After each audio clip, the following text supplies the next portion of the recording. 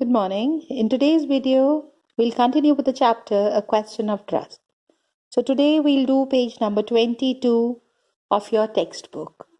So let's start. It was a quiet, kindly voice, but one with firmness in it. A woman was standing in the doorway, and Sherry was rubbing against her.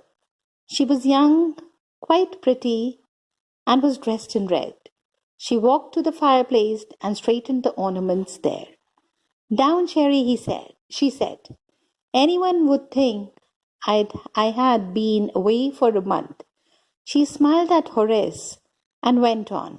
However, I came back just in time, though I did not expect to meet the burglar. So when Horace he sneezed, so that time the sneezing could be heard from the top floor of the house. So then this lady, she just came and her voice was calm and firm. And then this Horace, he was a bit nervous as he saw that there was a woman who was standing there at the doorway. And this lady, what she did was, like she was a very young, pretty, and she was dressed in red color. So what she did was, like she walked towards him, and then after that, what she did was, she did arrange the decorations that were kept on the fireplace. And then after that, she told the dog to get down. And after this, what happens is, like she walked towards him, and then she ordered the dog just to stay away. And she said that people might be thinking that she was away for a month. But she was back in time, and she did not expect a burglar to welcome her back at her house. Horace had some hope because she seemed to be amused at meeting him. He might avoid trouble if he treated her the right way. He replied, I did not expect to meet one of the family. She nodded. I see what an inconvenience it is for you to meet me. What are you going to do? Horace said. My first thought was to run. Of course, you could do that. But I would telephone the police and tell them all about you. They would get you at once. So now what happens is, Horace, he was a bit hopeful, and he thought that the woman, she was amused rather than being panicked. So then what he says is, like he says that she should have panicked on seeing a burglar, but that lady, she seemed to be quite amused. So he thought that if he treated her well and did not do anything wrong, then she might let him go. So he also told her amusingly that he did not expect to meet a family member, and either as he had thought that there was no one at home.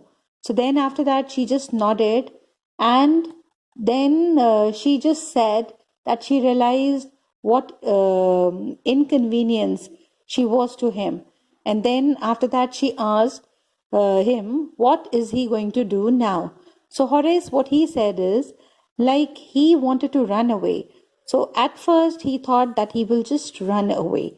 And then after that, this lady, she replied that he could do so, but what she would do is, she would call the police and she would let the police know that he was just planning a burglary in the house, and they would just catch him. Horace said, I would of course cut the telephone wires first, and then he hesitated, a smile on his face. I would make sure that you could do nothing for some time. A few hours would be enough. She looked at him seriously. You've hurt me. Horace paused and then said, I think I was trying to frighten you when I said that. You did not frighten me, Horace suggested. It would be nice if you would forget you ever saw me. Let me go. So now in this, what is given here is, so this lady, she just tells Horace what is he going to do? So he replied that first he wanted to run away, and the woman, she said that he could do so, but she would call the police, and she would give him to the police. So Horace, he replied that he would obviously cut the telephone wires first, and then he would do something to her so that she was not able to do anything for a few hours.